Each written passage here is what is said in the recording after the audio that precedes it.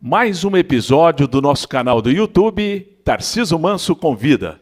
Com muita alegria que estamos recebendo ele que é o salense, João Gulo Júnior. E hoje o assunto com ele vai ser cerveja artesanal. É um papo bastante interessante, até porque, né, João? É um segmento que tem crescido bastante em todo o Brasil. É uma forma também criativa das pessoas que gostem da própria cerveja poder, naquele momento, né, criar algo que passa a ser um empreendimento e um grande investimento. Prazer muito grande recebê-lo aqui conosco. Obrigado, Tarciso. Eu que agradeço o convite. É uma honra, um prazer estar aqui com vocês. Falar de cerveja é bom, ainda mais com os amigos juntos. Cerveja une as pessoas, né? Une a família, num momentos de lazer, de descontração. Então, a cerveja traz assim papos bacanas, traz assuntos legais para a gente discutir. Veja que interessante o currículo do João. Tem 44 anos, é salense, engenheiro mecânico graduado pela Unesp no campus de Guaratinguetá, e durante o curso de engenharia fez também um curso de ênfase, né, durante o período que ele cursava engenharia lá na Alemanha. Ele tem MBA em gerência de projetos na Fundação Getúlio Vargas, unidade de Campinas, e também tem o curso, né, referente ao MBA aqui na FEA, que é a Faculdade de Economia da USP de Ribeirão Preto. Especializado também no setor, no segmento que ele tem atuação efetiva no setor sucro-alcooleiro. Ele é o gerente de suprimentos do grupo Vale do Verdão Agromen. Primeiro gostaria de trazer um pouco da sua história, né? Sales Oliveira é uma cidade irmã e a família Gulo é muito conhecida. E, pelo visto, você é dose dupla de italiano. Tanto seu pai, Sim. família do seu pai e da tua mãe vieram da Itália. Conte um resumo da presença da família Gulo e também a família da tua mãe aqui em Sales Oliveira. A família Gulo aqui é uma família tradicional de Sales, né? Meu avô foi sitiante aqui na região, os meus bisavós também. Eu sou italiano por parte do meu trisavô, que veio da Itália, da região da Calábria, em meados de 1880, 1890. Foi uma das primeiras levas que chegaram aqui, né, Foi, João? foi uma das primeiras levas, acredito eu. E a minha mãe também. Eu não carrego o sobrenome da minha mãe, que é Escrócaro, mas também é um sobrenome italiano, e meu trisavô, ele remonta da região do norte da Itália, ali de Veneza, né? Inclusive, retornei agora, fiz meu processo de cidadania, de reconhecimento de cidadania italiana. E meu avô sempre foi, né? A família Gulo sempre foi referência ali na parte dos sitiantes, fazendeiros, né? Produtores rurais na cidade de Sales. Acabou que depois a geração do meu pai, dos meus tios, eles já seguiram já uma profissão diferente, né? Do produtor rural. Meu pai é contador formado, foi professor também. Meu tio é tecnólogo e também é engenheiro mecânico, mora em Sertãozinho. E acabou que assim, né? Eu sou de uma época, de uma geração que o pai e a mãe saiu do trabalho rural, foi para a cidade, né? Inclusive muitos dos meus tios-avós ainda morreram no sítio, viveram a vida toda no sítio, trabalhando na lavoura. E a geração do meu pai já foi estudar. E aí vem toda aquela história, né? Meu filho também vai estudar, para ser alguém na vida tem que estudar, enfim. Eu sofri muito, o filho vai sofrer menos. Exatamente, né? Tudo pelo meu filho. Eu não quero que meu filho pegue na enxada, enfim. E aí acabou que eu também, né? Na época tive a oportunidade, meu pai me deu toda a oportunidade que eu precisei e eu fui estudar. Fui para Ribeirão Preto. A sua vida estudantil começou naturalmente em Sales. Getúlio Lima passou pela tua vida? Inteira. Grande escola Getúlio Lima. Fiz a Getúlio Lima até o segundo colegial. Aí depois eu fui fazer o famoso terceirão em Ribeirão Preto. Ganhava um ano, tranquilo. Ganhava um ano, tranquilo. No meu caso, eu entrei com 6, fiz o terceirão e entrei na faculdade com 17 anos. Mas aí eu fiz o terceirão, aí não passei no vestibular, porque naquela época eu só prestava, era USP, Unesp, Unicamp. Perfeito. E aí eu não passei no primeiro vestibular, fiz mais um ano de cursinho quando eu consegui me aprovar. E foi engraçado porque nesse segundo ano que eu prestei vestibular, Eu tinha feito inscrição também para a Universidade Federal de Uberlândia. A famosa UFO. UFO, a famosa UFO. Muita tradição também na parte de engenharia mecânica. Muita tradição, uma respeitada e muito conceituada universidade. E eu me lembro até hoje, né, que a gente fazia a prova da Unicamp, fazia a primeira fase da FUVEST. E em dezembro, eu me lembro que eu fiz a prova da Unesp em dezembro, foi dia 21, 22 e 23. Foram 3 dias seguidos de prova na véspera do Natal. E aí eu cheguei em casa, né, meu pai perguntou, ei, como é que foi? Eu falei, fui bem. E a prova da Universidade Federal de Uberlândia aconteceria em janeiro, na segunda semana de janeiro. Eu falei, eu não vou prestar Uberlândia não, porque eu passei na Unesp. Meu pai olhou para mim e falou, mas porra...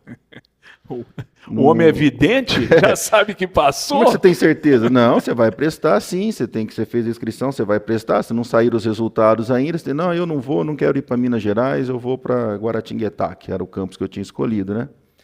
E aí aquela, né, adolescente, aborrecente, ainda não vou, eu estava com a ficha de inscrição, o canhotinho lá da minha inscrição de Uberlândia na carteira, eu abri a carteira, peguei o canhão e rasguei, falei, eu não vou. E rasguei. E não prestou. Não prestei. E aí você rasguei. Tinha razão, você passou. Aí meu pai olhou para ele e falou assim, não, tudo bem, você não vai? Tá bom. Então, se você não passar, você também não vai estudar mais, você vai pegar na enxada. Vixe, aí... Tá bom, fizemos esse pseudo-acordo, né? Aí quando saiu o resultado em fevereiro, que saiu a primeira lista, eu olhei na lista lá assim, eram 60 vagas. Olhei assim, cadê meu nome, né? Cadê meu nome? E lembrando que meu pai ia chegar. E minha mãe atrás. Você vai pra roça. E minha mãe atrás. Minha mãe falou assim, eu não quero nem ver. Você não passou, né? Calma. Fui olhando, né? Aí eu fui classificado em 67º. Eu era o 7º da lista, da primeira lista de chamada, de espera. Perfeito. Né? Aí meu nome estava na lista, né? Eu não contei pro meu pai que era a lista de chamada. Eu simplesmente, na época não tinha celular, nada, né? Mas eu já tinha internet em casa, tudo. Eu simplesmente imprimi e coloquei, passei em 7º. Tá bom. De ponta cabeça. Aliás, para essa geração que hoje tem a internet, tem os sites, aquela história, essa história que o João acabou de contar, equivalente à minha, é lógico que eu tenho praticamente 20 anos a mais do que ele.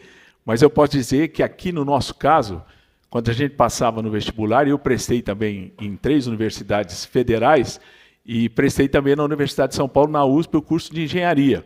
E a gente só tomava conhecimento, João, no Estadão, jornal, que chegava na rodoviária, né? Eu lembro certinho, né? O desespero, você nem dorme, que você não sabia. Chegava o jornal, aí você vinha com o mesmo sistema que você fez. Você ia passando o dedo e descobria, né? Hoje em dia mudou completamente, até pela própria internet. Mas é um tempo que guarda na gente Era os anos de 1999, então a internet ainda era aquela internet discada, né? Que você demorava, né? E aí o que acontece? Quando eu vi que o meu nome estava na segunda lista, aí eu fui para a banca e comprei o jornal. Só que eu só mostrei para o meu pai o jornal que era da lista de espera, não mostrei.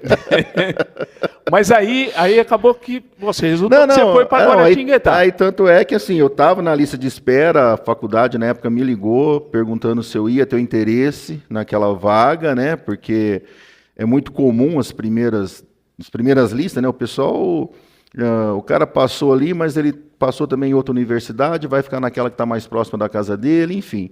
Então, até quando a universidade me ligou, eu falei, mas quais são minhas chances? Eu falei, não, você está dentro, porque praticamente as 20 primeiras vagas sempre tem uma adaptação aí, então assim, aí eu já fui, no mesmo dia que eu cheguei, eu já fiz minha matrícula. Então, no mesmo dia que foi convocado o pessoal da primeira lista para fazer a matrícula, no final do dia eles já começaram a chamar quem estava na lista de espera para suprir as vagas de quem não compareceu. E aí, finalmente... Meu pai nem ficou sabendo que foi assim, ele está sabendo agora. Ele vai ficar sabendo agora na entrevista. Tá bom, seu Guru? É o seguinte, e é claro que a gente vê seu espírito, você é uma pessoa descontraída, eu posso dizer que depois você deu trote nos outros ou não? Você não era dessa turma da recepção dos calouros?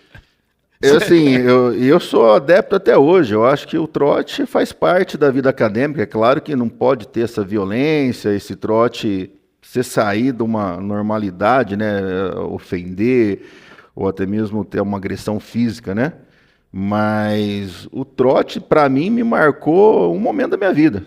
Quando eu passei, eu tive o trote aqui em Sales, com o pessoal aqui, meus amigos. Aí você deu um pique na Avenida Mogiana de cabo a rabo. Tem foto lá, o pessoal até me pintaram com tinta, fiquei bêbado, fui parar no hospital porque estava bêbado, tomei aquele Você quer porre. que eu te conte uma coisa de trote que eu sempre conto para as pessoas quando me perguntam? Eu levei trote com 17 anos, nunca tinha tido o primeiro porre. Então eu falei, o dia que eu passar na faculdade, né, eu vou me submeter a isso. E submetemos. Eu lembro certinho quem participou do evento. É o Paulino Francisquini, que é irmão do doutor Francisquini, né, que se formou engenheiro também na Universidade de São Paulo, e o Hugo De Giovanni, que passou na Unicamp.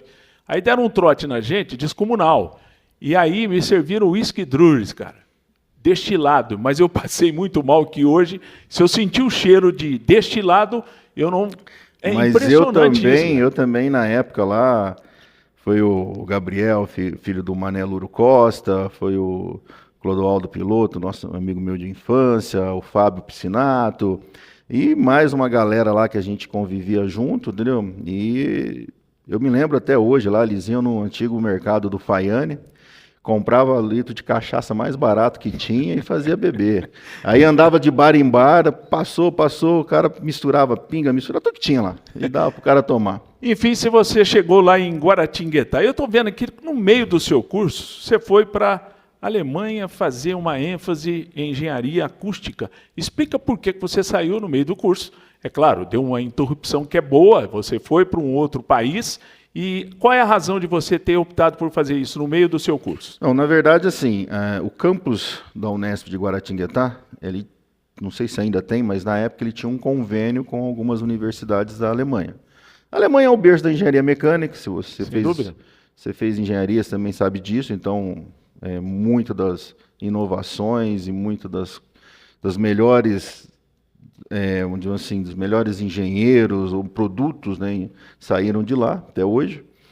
E toda a faculdade de engenharia acaba tendo um convênio com eles, troca esse conhecimento. E lá na Unesp não era diferente.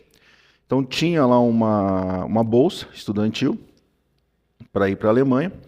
Só que assim, da mesma forma que vinham alguns alemães para cá, para estudar engenharia ou fazer algum trabalho acadêmico, e os brasileiros para lá na mesma proporção. Só que lá, além do curso de engenharia mecânica, engenharia elétrica, eles tinham alguns cursos diferentes do nosso, que um deles era a engenharia acústica, que não tem no currículo, pelo menos não tinha na minha época, no currículo nosso. Então, assim, eu não escolhi a engenharia acústica, na verdade era a vaga que tinha. E eu queria ir. Você ficou quanto tempo lá, João? Eu fiquei um semestre lá. 6 meses? 6 meses. Eu acabei ficando 7 meses, porque você faz um pouco de turismo também.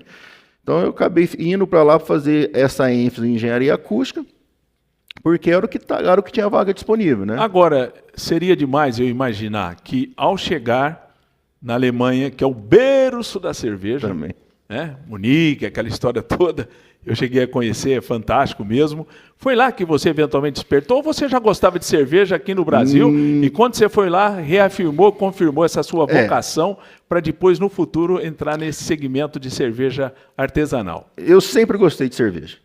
Sempre gostei de tomar minha cerveja com os meus amigos, desde a adolescência. E quando eu fui para a Alemanha, eu já fui com a intenção de experimentar o maior número possível de cerveja. Até quando eu cheguei no mercado lá, eu fiquei deslumbrado, né? Aqui a gente tinha 3, 4 marcas de cerveja, lá eu tinha uma prateleira de 10, 15 metros de cima a baixo, uma infinidade de rótulos. E tem até uma passagem interessante, porque quando eu fui para a Alemanha, eu tinha que me apresentar na faculdade, eu tinha que chegar lá no dia 3 de outubro. E isso, né, eu recebi lá a carta convite, né, com as informações. Quando eu olhei lá que eu tinha que estar lá no dia 3 de outubro, eu fiquei entusiasmado. Falei, nossa, outubro é Oktoberfest. Eu vou pegar o Oktoberfest o mês inteiro. Eu não sabia. E aí eu entrei no site oficial da Oktoberfest, em Munique, para entender como que funcionava. E eu descobri que a Oktoberfest terminava dia 2 de outubro. Eu falei, mas como assim? Esperaram terminar para você chegar. Mas como assim? Sacanagem. E aí que eu entendi que a Oktoberfest, na verdade, ela é comemorada na última semana ali de setembro, onde eles comemoram o fim da safra, comemoram a colheita. Então, assim, não é uma festa do mês de outubro. Aí eu falei, não, tem algo errado, eu não posso chegar lá no dia 3, então eu vou chegar antes. E assim eu fiz, eu viajei na quarta-feira, peguei o voo em São Paulo na quarta-feira, cheguei em Frankfurt na quinta-feira, 5 horas da tarde, porque o voo fez escala em Amsterdã, e aí eu peguei um trem que ia para Regensburg, do outro lado da Alemanha. Só que viajando, cansado, sim, né? Peguei o trem, não conhecia, quando entrei dentro do trem, bonito, sofisticado, as poltronas juntavam, dava até para fazer um leito. Eu acabei pegando no sono. Não vem falar que você passou a estação. Foi parar na Áustria. Cheguei, eu acordei e tava... João Gulo na Áustria. Eu acordei e tava a plaquinha lá da estação escrito Regensburg. Eu tô chegando, mas na verdade eu tava passando, o trem já tava saindo. Eu não tinha como mais, as portas já estavam fechadas, eu não tinha como sair. Eu falei, nossa, e agora? Aí eu dei aquela acordada, né? Arrumei minhas coisas, peguei a mochila, coloquei do lado. Falei, bom, vou descer na próxima estação. E assim fiz. Só que naquela época a gente não tinha celular com Google Maps, Waze, não tinha nada disso. Não tinha mapa, não tinha nada. Eu não sabia onde eu ia parar. Aliás, eu já não sabia. Isso era tipo 4 horas da manhã já, da madrugada. Então eu não sabia onde eu ia parar. Eu falei, bom, na próxima estação que o trem parar, eu desço. E nisso veio um cobrador. É engraçado que eles têm o cobrador até hoje, inclusive, eu estive na Itália agora recentemente, andei de trem e vem o cobrador conferir seu ticket. Né? E o cobrador veio, eu falei, bom, vou fazer o quê? Né? Tive que fazer uma prova de alemão para ir para a faculdade, então eu estava ali arranhando um alemão malemar, aí o cobrador, tiozinho, chegou, olhou assim, pediu o ticket, eu entreguei, não falei nada, só entreguei, né? Falei, vai que passa. Ele olhou para mim, falou assim, não, Regensburg, ele passou, né? Eu falei, aí eu falei para ele, ó, tô perdido, não sei onde eu tô, acabei de chegar do Brasil, mas assim, misturando inglês com alemão, com português. O cara olhou para mim e falou assim, esse cara deve estar perdido mesmo. Falou assim, ó, Passau, ele falou, Passau, a próxima estação é Passau, desce em Passau. Aí eu já não dormi mais, já fiquei de olho. Na hora que chegou Passau, já estava chegando a plaquinha lá, já fui me levantando e desci em Passau, mas eu tive essa sorte do cara não querer implicar. Mas a frequência da volta, esse outro trem que provavelmente você pegou para retornar, apareceu rápido? Não, aí o que aconteceu? Aí quando eu cheguei em Passau, eu cheguei na estação de trem e olhei o mapa. Aí tinha um mapinha lá desse time turístico. E realmente, o ponto final do trem era Viena, na Áustria. Na Áustria? Na Áustria. Aí, então, você errou por pouco. Se eu tivesse dormindo mesmo, não tivesse acordado, eu ia parar lá na Áustria. Aí em Passau eu falei, ó, larga a mão, não vou andar de trem mais não. Fui numa locadora, aluguei um carro e fui de carro para Munique. Mas aí você chegou à cidade, ficou durante esse período? Aí eu cheguei na cidade, cheguei em Munique na sexta. E de manhã não, eram umas 10, 11 horas da manhã. Fui para o Oktoberfest, entrei, fiquei lá no Oktoberfest. Aí eu saía na sexta-noite, eu saía da Oktoberfest por volta das 5, 6 horas da tarde, estava cansado, ia para o carro, encontrei um lugar que depois eu descobri que eu estava em frente à prefeitura de Munique, eu encostava o carro, pernoitava dentro do carro. No sábado eu voltei para o Oktoberfest, passei o dia todo na Oktoberfest, voltei para a porta da prefeitura, pernoitei de novo dentro do carro. Aí no domingo eu fui para o Oktoberfest, fiquei um pouquinho só para me despedir. Aí eu peguei o carro e fui para Mittweida. Cheguei em Mittweida, que era a cidade onde eu ia residir. Num domingo, uma cidade de pouco mais de 10 mil habitantes, pequena, igual o Salles. Para você se sentir em Salles. Tudo fechado, tudo fechado, 8 horas da noite. O que eu vou fazer? Eu vou encontrar um lugar para eu parar e vou dormir de novo dentro do carro. Aí eu cheguei na segunda-feira, eu acordei dentro do carro, fui até a recepção. Eu fiquei, o último banho que eu tinha tomado, é até vergonhoso falar isso, mas tinha sido na quarta-feira no Brasil. Mas ninguém gosta de tomar banho. Não, na Alemanha, o francês não, né? A história do perfume, né, no francês, eles inventaram porque não gostam muito de... É que nem gato, não gosta muito de tomar o seu banho. Agora, João, nessa sua experiência da Oktoberfest, que tinha terminado, mas essa convivência de uma certa forma, isso faz muito tempo. Foi o seu projeto da Salisbury é quanto? É 5, 6 anos? Você Não, começou? a Salisbury foi em 2018. 2018. Faz 6 anos. Então, mas essa sua visita, de uma certa forma, te tocou de maneira definitiva. Não, assim, eu não pensei em abrir uma fábrica de cerveja, isso eu não pensava nisso. Mesmo porque naquele tempo, em termos de Brasil, não eu tinha isso, né? Eu até tive a oportunidade lá depois na universidade, quando eu me enturmei com os estudantes lá, o pessoal já lá na Alemanha já tinha, você conseguia comprar os kits, fazer cerveja em casa, os alemães faziam na faculdade, eu via eles fazendo, achava legal, tinha uns equipamentos já específicos para isso, mas ainda não tinha isso no Brasil. Ainda não tinha. Na verdade, no Brasil, em 2005, não, em 95 e 96, que começou aí junto com o Dado Beer e com a Colorado aqui em Ribeirão Preto, estava começando a cerveja artesanal, mas ainda de forma Foram as pioneiras, então. Foram as pioneiras, mas de forma muito tímida. Só repetindo, em que ano? Em 95, com a Dado Beer, no Rio Grande do Sul, foi a pioneira. Estamos falando de 30 anos atrás. Em 96, com o Marcelo Carneiro, em Ribeirão Preto, quando ele abriu a Colorado. Ambos aproveitaram, não, se espelharam no que estava acontecendo no mercado americano. Pessoal, né? Apenas um detalhe, a Colorado não tem nada a ver com o Grupo Colorado. Não, Colorado era a é cervejaria, a denominação da cervejaria. Tá a cervejaria Colorado, em referência ao estado do Colorado, lá dos Estados Unidos mesmo, perfeito. E depois a Ambev, né, em 2015, 2013, não me recordo, acabou comprando. A Colorado. Agora, eu percebo que você fez essa sua vida de engenheiro e, naturalmente, depois foi para o ramo de administração com seus cursos. A partir profissionalmente, você chegou a militar como engenheiro durante um período e quando é que você chegou aqui ao Grupo Agromen? Na verdade, sim, eu nunca fui engenheiro calculista. Quando eu me formei, os primeiros estágios que a gente fazia, os estágios obrigatórios da faculdade, como o Guaratinguetá está ali no eixo Rio-São Paulo, na Dutra, né, que é uma veia ali, uma artéria do Brasil para...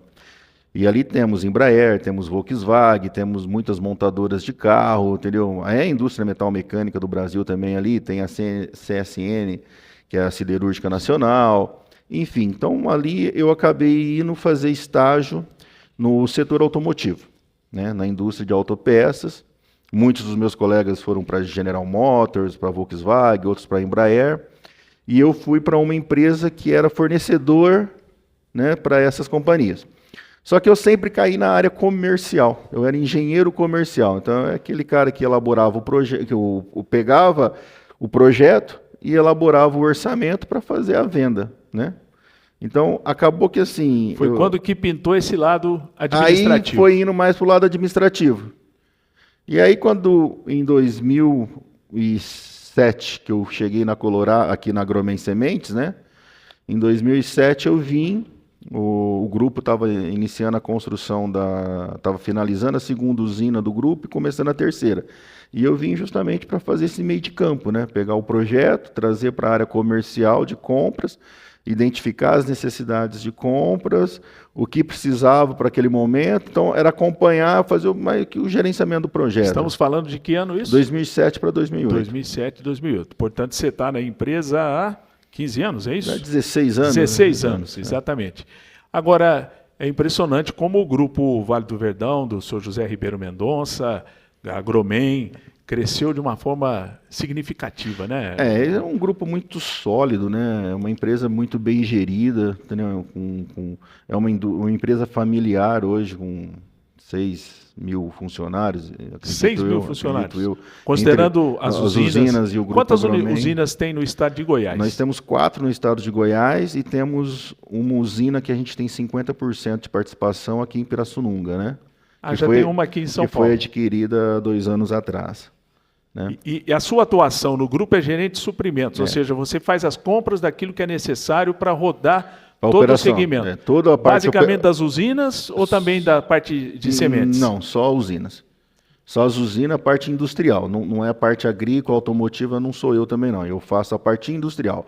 Então, toda a parte de operação e produção, insumos produtivos para a produção de açúcar, álcool, moagem da cana, e a parte da manutenção também. Manutenção de caldeira, manutenção de moenda, manutenção da fábrica em geral, né? Peneira rotativa, filtros, evaporadores, tanques, enfim. Alguma coisa administrativa também, quando projetos para sistema de combate a incêndio, que são exigências do bombeiro, algumas melhorias que a própria Agência Nacional do Petróleo exige, ou a própria vigilância sanitária, enfim, né? Agora, de qualquer maneira, o seu conceito de engenharia mecânica nesse segmento é extremamente importante, né? Não, assim, quando eu comecei no grupo, foi justamente, precisava do engenheiro, tanto é que depois que eu virei gerente de suprimentos, né, que eu adquiri essa parte mais de gestão, a gente trouxe um engenheiro também para fazer o que eu fazia, para me dar esse suporte. Entendeu? Porque, por exemplo, também a gente envia os equipamentos para uma manutenção. Você vai enviar uma moenda para uma manutenção externa. Precisa ir lá acompanhar se o teu fornecedor está honrando com o contrato, se ele está colocando o insumo, o material da marca que foi comprada, se está aplicando de forma correta, se ele está seguindo o projeto. Porque senão, depois que voltar, se descobrir que ele errou, você não tem tempo para refazer. Sem volta, Então, assim, principalmente vocês que são, devido ao calendário no período de manutenção, sim, é um salve-se quem puder, né? Que é o momento em que vocês têm que atuar de forma muito intensa. A entre-safra vem encurtando, né? A safra da cana, a indústria, com a evolução tecnológica, ela tem, cada ano que passa, ela vem aumentando o prazo de moagem. A agrícola responde com mais cana, a indústria com mais tecnologia para processar essa cana. Então, assim, se você tinha, há 10 anos atrás, 5 meses de janela para fazer uma manutenção, esse ano, por exemplo, foram 3 meses e meio. 3 meses só, João? Entendeu? Então, assim, tem usina. Eu acho que vocês chegaram a ter que trocar o pneu do carro andando, né? Porque com esse período tão curto, né? Imagina todo o sistema que vocês têm que montar, né? Então, assim, agora, eu percebi também que você acabou cursando na Exalc, que é a mais importante, né? Escola ligada a esse segmento de agrícola, uma das, né? Porque São Paulo tem outras também que são boas, justamente na questão de investimento no setor sucroalcooleiro. Quando eu vim trabalhar com o grupo aqui, eu me identifiquei muito com o setor. Eu acabei gostando mais do setor, talvez pelo fato de ser aqui da região, de ser neto de agricultor, pessoal do campo. Então, assim, eu gostei muito mais desse lado, assim, do agronegócio, do que aquele setor automotivo que eu estava. Era um setor automotivo, assim, era legal porque, assim, você tinha contato com alemão, com inglês, com várias nacionalidades, sabe? Aqui já é um negócio mais familiar e mais, assim, mais do nosso povo, sim, entendeu? Então, lá tinha, como posso te falar, você imaginava, eu vou viajar pra caramba, eu vou sair do país, eu vou ter contato, e de fato tinha. Mas aqui eu me identifiquei mais com as minhas raízes. E aí eu falei assim, mas peraí, eu conheço cana.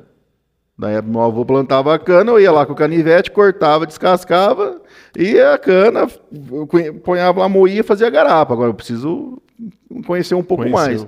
Então, assim, eu quero entender um pouco mais do setor, não só a parte mecânica da indústria, mas o ciclo da cana, da agricultura, quais são os desafios, porque é uma indústria gigantesca, né?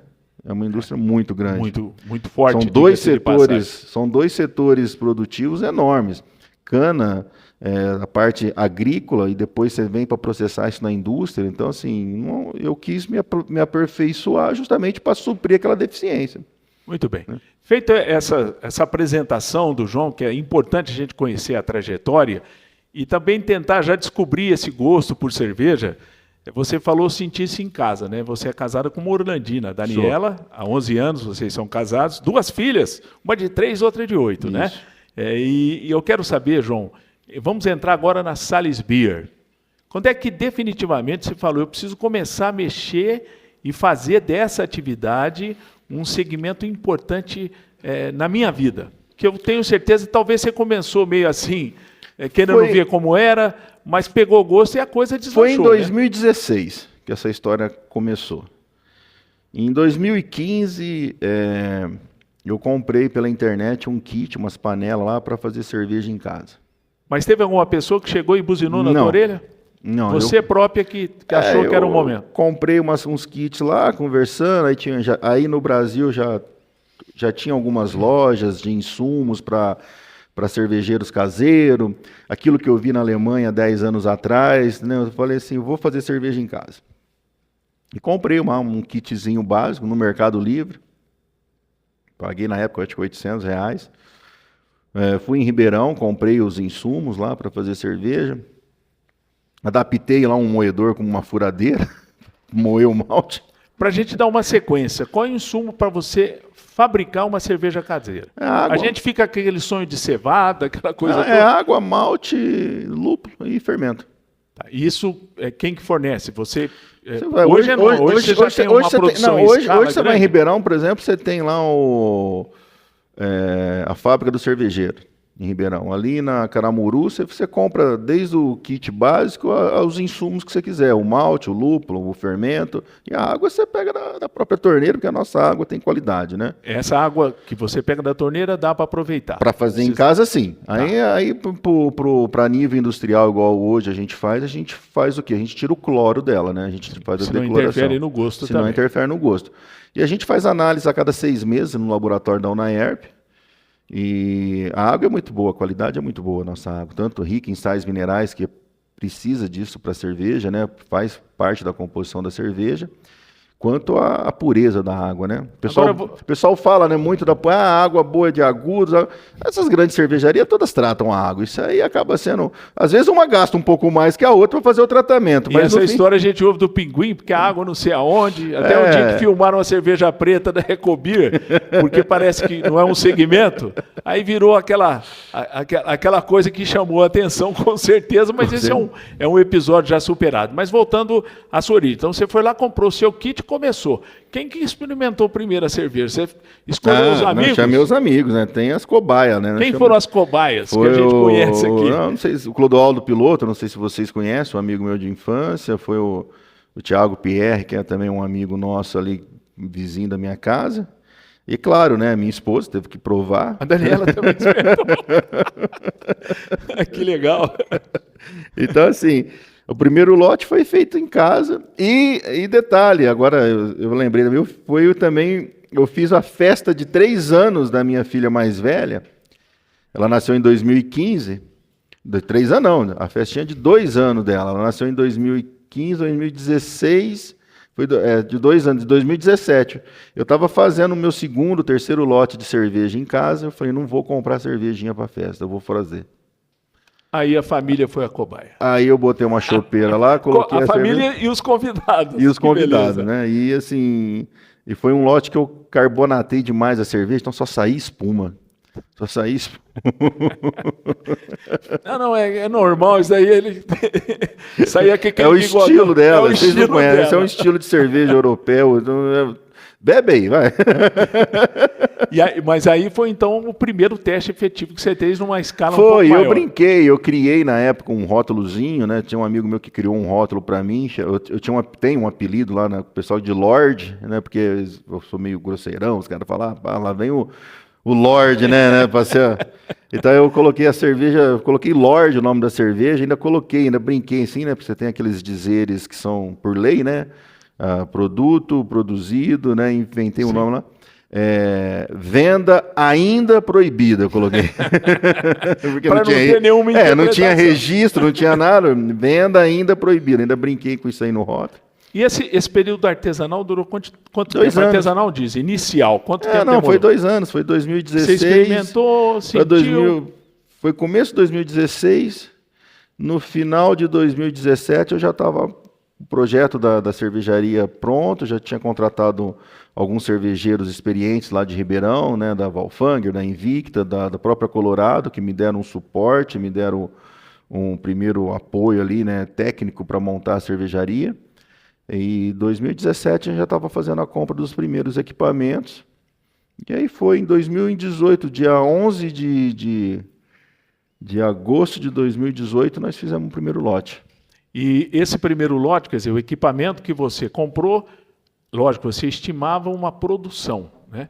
A reação daquilo que você imaginou, porque é claro, você produz a cerveja, mas você precisa ter quem compre. Sim. Como é que foi esse período entre o início do teu projeto e os primeiros resultados? Comecei com uma produção de 2 mil litros. E hoje a gente tem capacidade de fazer 15 mil litros mês.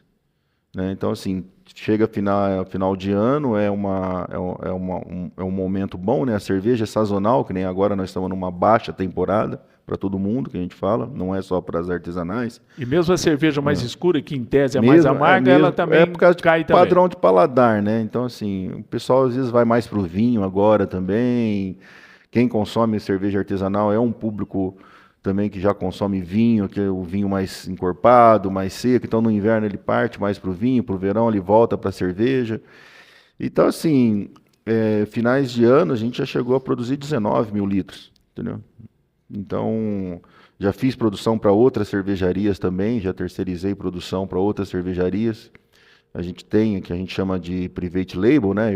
Você pode criar uma marca de cerveja. Até foi algo que, assim, na época, por ser engenheiro, eu acho que tem aquela questão, né? Vamos construir o equipamento, vamos fazer, vamos montar, vamos projetar a cervejaria. E depois eu falei, puta, não precisava ter feito nada disso. Eu podia ter criado a marca e terceirizado a produção. Que é muito comum nesse segmento. Que é muito comum nesse segmento. Aí eu acabei criando uma outra oportunidade, outro nicho de mercado. Falei, eu vou fazer a minha cerveja e vou produzir para terceiros.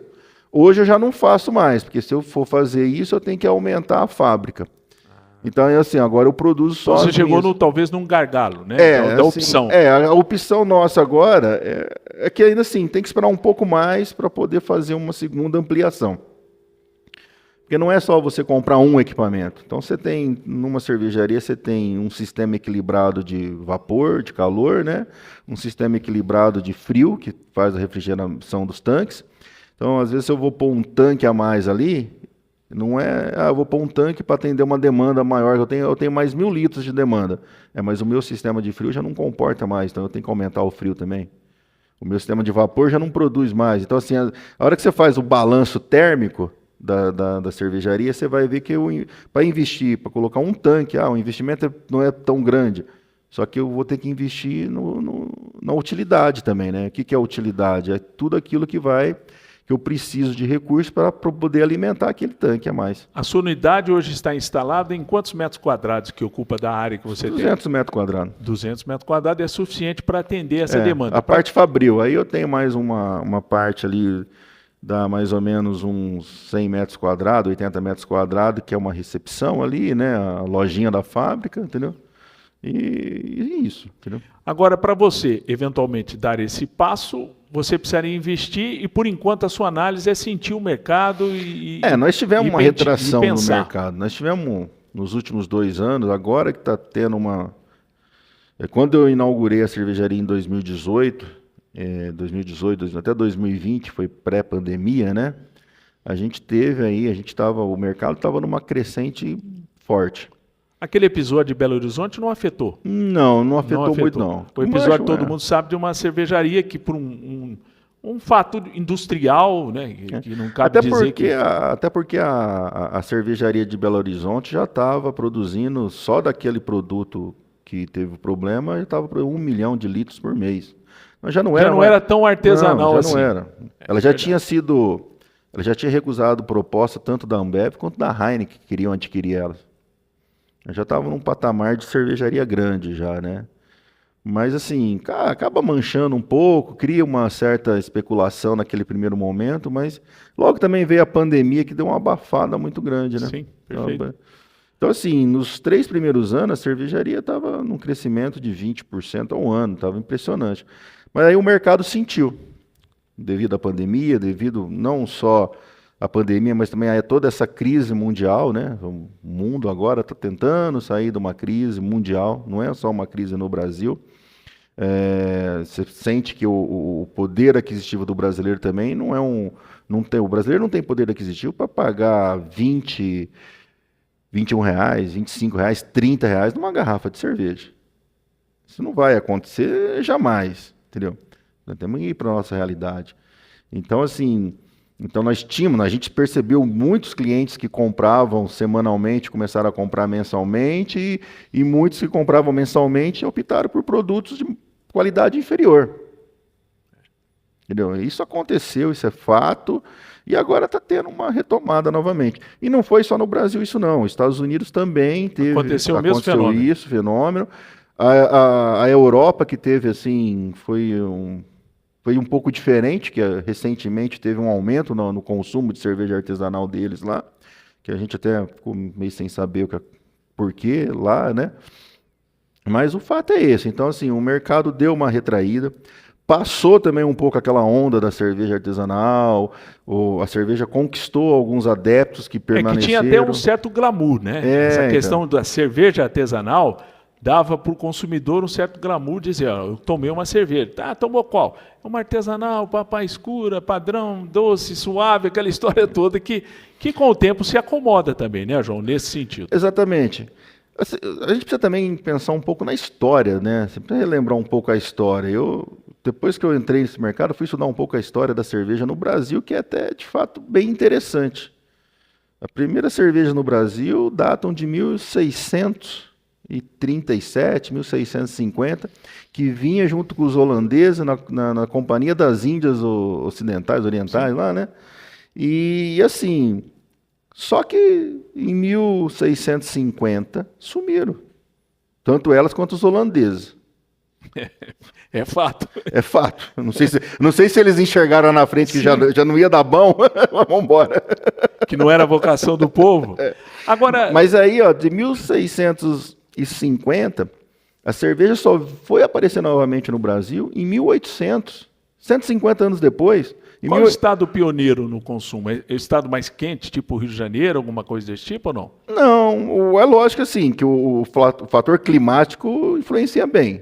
Muda até o consumo. Eu não tenho esse número para te falar agora. Sinceramente, eu não sei te dizer hoje no ranking quem que está consumindo mais, quem está consumindo menos. Mas Rio de Janeiro e São Paulo e o Sul são os estados que mais consomem. Eu não sei quem está em primeiro aqui nesse. Acredito que o estado de São Paulo. Pela questão do poder aquisitivo também, né? O estado mais rico hoje do país. João, vamos agora a um bate-bola rápido de questão de verdade ou mito. O europeu, país em que o clima é mais frio, a cerveja é consumida de forma natural ou gelada? Alemanha, por exemplo. Não, então, é mais natural. É mais natural. Eu sei porque eu me choquei com isso, cara.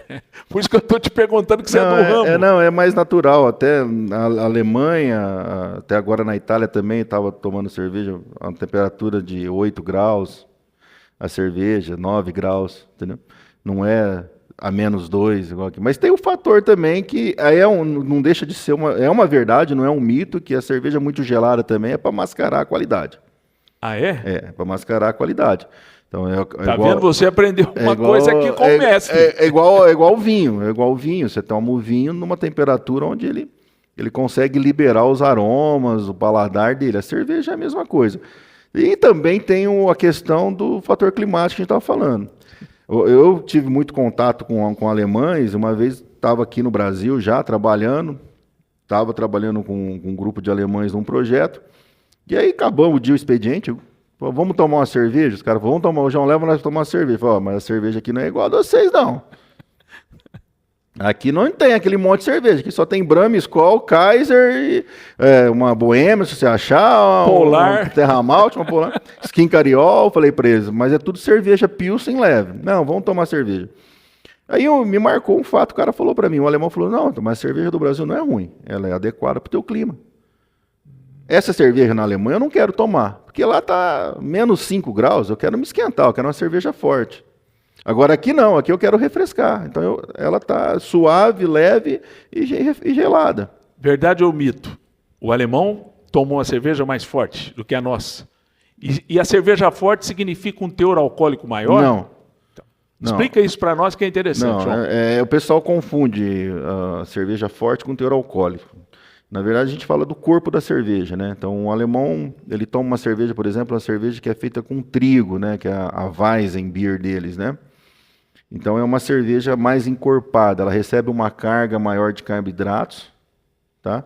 Então, ela fica com um corpo mais pesado. É como se, a hora que você toma, ela... Não é que ela te refresca, mas ela te dá uma sensação de saciedade mais rápido. É o carboidrato. É o carboidrato. Exatamente. É aquele que as mulheres não podem nem ouvir. E é claro, quanto mais carboidrato, mais açúcar. E aí ele consegue fazer uma cerveja com teor alcoólico, porque ele controla isso no processo, ele controla o nível de álcool que ele quer na cerveja de acordo com a fermentação. E aí sim, você tem cervejas com 5% de teor alcoólico até 10, 12, 13. Mas aí vai dar a opção do cara, entendeu? Mas assim, a cerveja lá costuma ser mais encorpada e um pouco mais com teor alcoólico maior devido ao fator climático. É igual nós aqui no Brasil, tá chegando a época junina. O que nós vamos tomar? Quentão, pô. Vamos tomar cachaça. A gente quer algo mais forte para esquentar. Talvez, vinho. Entendeu? Não é o momento de tomar uma cerveja gelada. Você vai chegar aqui, para nós, 15 graus, 12 graus, tá frio. E eles com 15, 12, 15 graus estão indo para a praia. Lá para eles é diferente. Então, acontece que eles têm, sim, uma cerveja um pouco mais encorpada e um pouco mais forte, que é justamente para dar esse prazer de se sentir mais quente no inverno. Agora, se a gente analisar do consumidor brasileiro e você pegar as marcas, porque a cerveja artesanal chegou aqui de uma certa forma recentemente, acabamos de mencionar, são cerca de 30 anos. Quem hoje detém o monopólio das cervejas ditas comercial? Ambev. Que é... Ambev seguida pela Heineken, né? A Heineken também tem... A Ambev tem capital brasileiro envolvido forte. Né? Forte, totalidade. Totalidade é brasileira, é uma empresa brasileira. E a outra, a Budweiser, ela é a Budweiser, americana? Não, a Budweiser é americana, mas hoje é assim, que na verdade é o seguinte, a Ambev foi criada com a fusão da Brahma com a Antártica, no começo dos anos 2000. Quem diria, hein? A Brahma misturou com a Antártica. Em termos de dono, pelo menos. A Brahma foi fundada em 1888, no Rio de Janeiro. Foi depois da Boêmia, que foi a primeira lá no Rio, que é dita a primeira cervejaria brasileira, mas no Sul já tinha outras menores, mas a Boêmia acabou levando a fama, né? Em 1854 foi a Boêmia. 1888 foi a Brahma. 1889 foi a Antártica em São Paulo. Então a briga era Brahma no Rio, dominava o mercado do Rio de Janeiro, Antártica dominava o mercado de São Paulo. E isso foi até a fusão em 2000, né? A fusão em 2000 criou-se a Ambev, que foi a indústria nacional de bebidas, eu não sei ao certo o significado da sigla. E aí a Ambev cresceu, né, ficou grande, começou a adquirir, a Ambev adquiriu uma cervejaria grande na África do Sul, depois adquiriu outras na Europa, e foi para o mercado americano e adquiriu a maior do mundo, que era a Budweiser. Impressionante isso, né? E aí virou Embev. Então a Embev é uma corporação gigantesca, é uma indústria é uma indústria mundial, né, multinacional de cervejas, que é dona da Budweiser, é dona da Ambev aqui no Brasil, é dona de outras marcas na Europa e no resto do mundo. Quantos litros de cerveja, se é essa denominação de volume que a gente pode usar, que é consumido aqui pelo brasileiro? Olha, estatisticamente ou por brasileiro? Tanto então, que ele bebe de cerveja. Eu vou dar um chute nisso aí, porque eu não estou com o número agora na cabeça, mas é algo em torno de 60, 80 litros por ano. Não é muito. Não, mas... Você pega países da Europa que consomem, se eu não me engano, a República Tcheca, se eu não me engano, ele chega a quase 200 litros por ano. Os caras bebem pesado lá. Bebem. E lá eu imagino que a cerveja seja super forte. Eu estou falando por per capita, por quê? Porque quem consome maior litragem, o país que mais bebe cerveja é a China, claro. É o país mais populoso do mundo. Por população, por habitante, né? Então, por habitante, por consumidor, o Brasil está no entre o oitavo e 10º do ranking, se eu não me engano. Uma coisa que chamou a atenção, pelo menos para mim, é a questão do nascimento da cerveja artesanal, e uma delas veio e comprou essa cerveja Colorado de Ribeirão. Essa foi uma operação que chamou a atenção. Esse tipo de procedimento dos grandes grupos continua em relação à cerveja artesanal ou foi um case isolado, um fato isolado? Não, o fato é que assim, eles tiveram sim, a Ambev comprou a Colorado, a Ambev comprou várias cervejarias ali no estado de ali em Minas Gerais, em BH, né? Até mesmo a Baker, eles tentaram comprar ela. A Heineken comprou a Eisenbahn no Sul, comprou aquela de Campos do Jordão, a Baden-Baden, a Heineken comprou. Tudo foi naquela época onde ali no começo dos 2010, 2009, foi o estouro da cerveja artesanal no Brasil. E talvez esses grandes grupos preocupados que pudessem perder o mercado foram na verdade, o que a história mostrou? Lá nos Estados Unidos, a cervejaria artesanal o mercado artesanal chegou a quase 30%. E aqui no Brasil, na época estava em 2% e não passou de 5% ainda. Está nesse patamar. Só que o que acontece? Eles viram aquilo nos Estados Unidos e falaram, opa, peraí, para que eu vou brigar? Vamos fazer o seguinte, a tendência é seguir o que está acontecendo lá. É o paladar do brasileiro se aprimorar, é ter o consumidor querer um número maior de rótulos no mercado. Então vamos fazer o seguinte, é mais fácil eu comprar essas pequenininhas, que para mim não vai custar nada, e incorporar o produto. Então eles compraram. A Colorado estava no auge, uma cerveja de qualidade, 5, 6 rótulos diferentes. A gente fala que a cerveja era temperada, né? Então assim, condimentada, e é mesmo, né? Uma cerveja que vai mel, uma cerveja que vai aipim, mandioca, né? Então assim, tinha essa inovação. Então, eles compraram, eles adquiriram a Colorado, adquiriram outras cervejarias ali em BH, a Heineken saiu adquirindo também, justamente para fazer o quê? Incorporar no seu portfólio.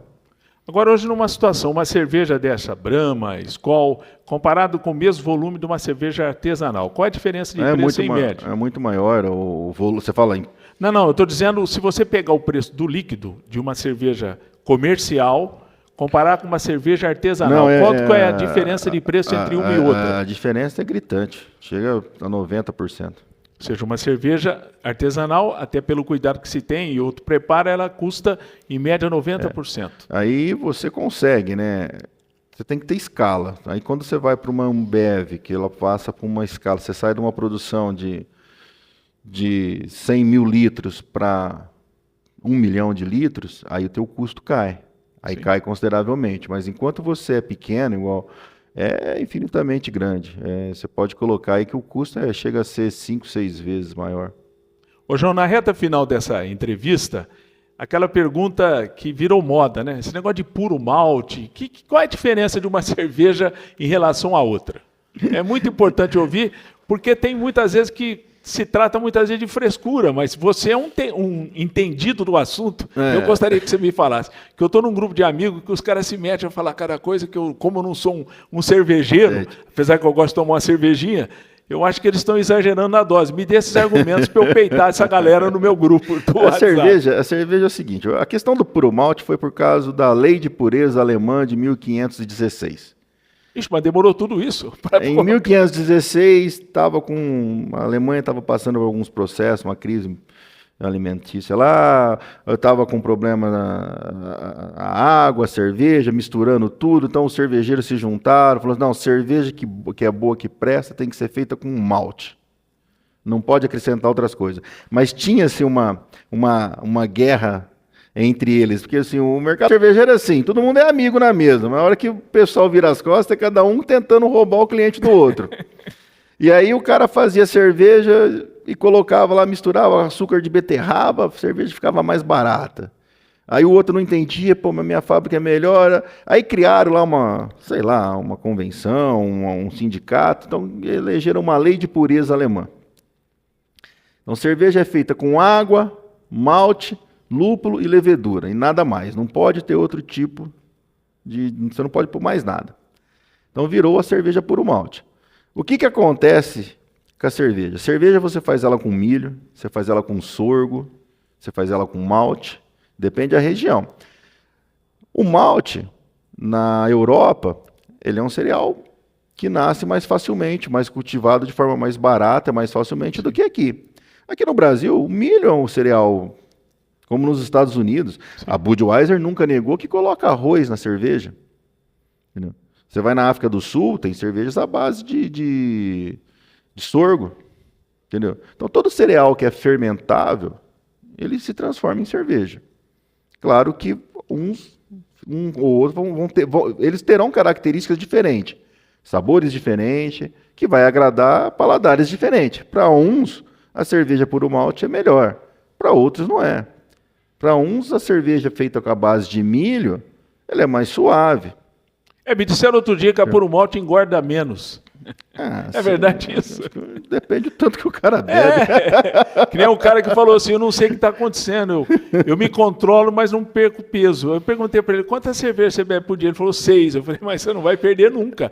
Não, porque o problema não é a cerveja, e sim o salaminho, o queijo que ele come junto, né? Então, no Brasil, o que aconteceu? Para você ter um produto mais barato, acabou se acrescentando o milho, que é um produto nosso. Você não depende da importação. O mercado cervejeiro no Brasil, no início do século XX, ele ficou parado, estagnado, sem produto, por causa da Primeira e da Segunda Guerra Mundial. O pessoal dependia da importação do malte. E a Europa em guerra não tinha produto para cá. Tanto é que a guerra na Ucrânia afetou um pouco a gente aqui também, porque 80% da produção de malte vem ainda da Europa. Então o que acontece? O pessoal acabou incorporando o milho. Aí vai de um fabricante a outro. Tem uns que faz um negócio com melhor qualidade, outros com pior qualidade. Aí não, mas assim, cerveja puro malte é um estilo de cerveja, vou falar um estilo assim, cerveja que vai milho é cerveja também. Depende de quem você compra. Depende de quem você compra. Tem um cara que produz cerveja à base de milho que é bom, e tem outros que não é. Bom, pergunta final da nossa entrevista. Vamos supor que você, antes de você ter a sua cerveja artesanal, a cerveja comercial, das que tem no mercado, qual que você... mas é um gosto pessoal seu. Qual a cerveja que você tomaria na ausência de uma cerveja artesanal Salisbury? Eu gosto da Heineken. E eu gostava também muito da Stella. A Stella Artois, quando ela era puro malte. Depois ela deixou de ser puro malte, eu já não gostei, mas parece que ela voltou à fórmula original. Mas eu gosto da Heineken, porque assim, eu gosto de uma cerveja um pouco mais amarga. E a Heineken é mais amarga? Para mim, está no mercado. E ela é mais amarga por quê? Por causa do lúpulo. Do lúpulo, perfeito. O lúpulo é o que dá o amargor na cerveja. Então, o lúpulo ele te dá aroma, sabor, é o condimento. Você tem uma infinidade de lúpulo. Então, a hora que você vai produzir a tua receita, nós temos lá 7 cervejas diferentes no nosso portfólio. Nenhuma delas repetem o mesmo lúpulo. E nem o estilo, nem o lúpulo e nem a quantidade de lúpulo. Então você tem um lúpulo que é específico para amargor, quanto mais amargo ele fica. Você tem um lúpulo que te dá um sabor mais herbal, um aroma, um sabor mais picante, um aroma mais herbal, o outro dá um aroma mais floral. Eu tenho cerveja que o pessoal falou, você jogou manga aqui dentro. Não, não é a manga, é o lúpulo que a gente está usando que te dá esse aroma mais frutado. Então, assim, eu gosto de uma cerveja um pouco mais encorpada e um pouco mais amarga, mas isso é meu estilo. Agora, não é uma cerveja que você bebe num churrasco, né, com os amigos. Porque aí você quer talvez tomar um pouco mais, uma quantidade maior, você quer se refrescar, então você vai para uma cerveja mais leve para você ficar o dia inteiro tomando. E nesse segmento cerveja leve, qual é a sua preferência? A minha, Salisbury. Matou. Matou. Agora eu tinha me esquecido dessa pergunta. Quando você bebe um vinho, toma água. O bebedor de cerveja precisa tomar água para ir intercalando ou precisa beber alguma coisa? Não, então, eu bebo vinho e não bebo água. É mesmo? Não te dá dor de cabeça, João? Não, depende do vinho, se for bom, não. Mas mesmo qualquer vinho é bom tomar água, não é? Mas assim, a gente brinca que a água ajuda, independente se é cerveja, vinho ou destilado, é bom você tomar água junto para ir hidratando o corpo, porque o álcool ele vai te desidratando, né? Então, a tua ressaca, a tua dor de cabeça, é porque às vezes você se desidrata muito. Então, se você ir intercalando ali com um pouquinho de água, você acaba evitando depois esse mal-estar no dia seguinte. Mas quando o produto é bom, eu já brinco com todo mundo, você pode tomar minha cerveja que você não vai sentir ressaca. Conclusão final. Eu bebo 3 cervejas dessa Pilsner, no máximo, né? Eu não tenho muita característica para beber. Gosto de beber cerveja, então vou tomar a Heineken. E, quando eu quiser um outro tipo de cerveja que vamos de Salisbury, então.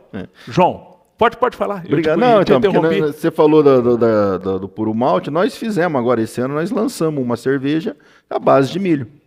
Ela tem uma composição, um percentual de malte e um percentual de milho. É a nossa cerveja mais leve, né? Que é o Chopp América, que a gente está colocando no mercado. Essa é a mais leve? Essa é a mais leve de todas que eu tenho. Entendeu? Só repita a denominação, a marca. É América Chopp. América Chopp. Anotou aí, pessoal? Entendeu? Quem gosta da mais leve aí, na Salisbury. Justamente para atender esse pessoal. O pessoal vai lá, o pessoal compra a cerveja e fala, eu adoro a tua cerveja. Você não consegue fazer um pouquinho mais leve? Aí você mete a América. A gente ouve, nós ouvimos o consumidor pedindo, vamos fazer. Entendeu? Tá bom. Fica à vontade aqui para falar algum recado, dar um recado. E é uma alegria muito grande ter recebido você aqui conosco. Eu agradeço, deixa um recado para todo mundo. Para quem não conhece, vá até Sales, conheça a fábrica. É uma fábrica pequenininha, uma fábrica aconchegante. O pessoal está lá para receber, vai ver como se faz uma cerveja, como é feito o processo da produção da cerveja. Vai conhecer, muita gente chega lá e fala assim, eu tomo cerveja puro malte, mas nunca vi malte. A gente te leva, te mostra o malte, mostra o lúpulo, entendeu? Pra você entender a diferença. E assim, você vai consumir um produto que você sabe a origem e a procedência. Fale também do seu festival, nós havíamos esquecido, Sim, tradicional, verdade. Nós mês temos, de agosto. agora no mês de agosto, o tradicional Sales Beer Fest, né?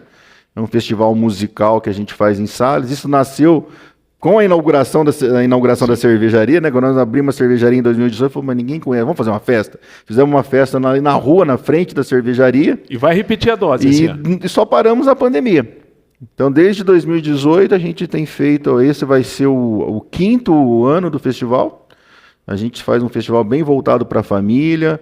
É um festival, esse ano é um festival, a gente brinca, é um festival de rock, mas na verdade são clássicos dos anos 80. A gente foge um pouquinho do sertanejo, porque está todo mundo nessa onda agora de festa de rodeio. Festa de, vamos fazer algo um pouquinho diferente, entendeu? E é uma festa bem familiar. Graças a Deus, todo ano ela vem crescendo. Ano passado foram 1.500 pessoas, com família, com crianças de colo. A data nesse ano? Esse ano vai ser dia 31 de agosto. É um dia único, portanto. Um dia único. Começa a que horas? Começa por volta das 5 horas da tarde e termina meia-noite, 1h da manhã. Instagram do Sales Beer, pode falar, eu acho importante, até porque o Instagram é uma forma de ir atualizando com as novidades. O Instagram é o Sales Beer, né? A grafia do Sales com 2 L's. Arroba Sales Beer, né? Sales com 2 L's. E o beer de cerveja em alemão, né? Sim. Beer com I, não com 2 E's, como é no inglês. Que seria em inglês. Então tá. João, muito obrigado pela sua presença. Capítulo interessante, entrevista. João Gulo Júnior, da Sales Beer, entrevistado no nosso canal do YouTube. Tarcísio Manso convida. Com certeza você gostou.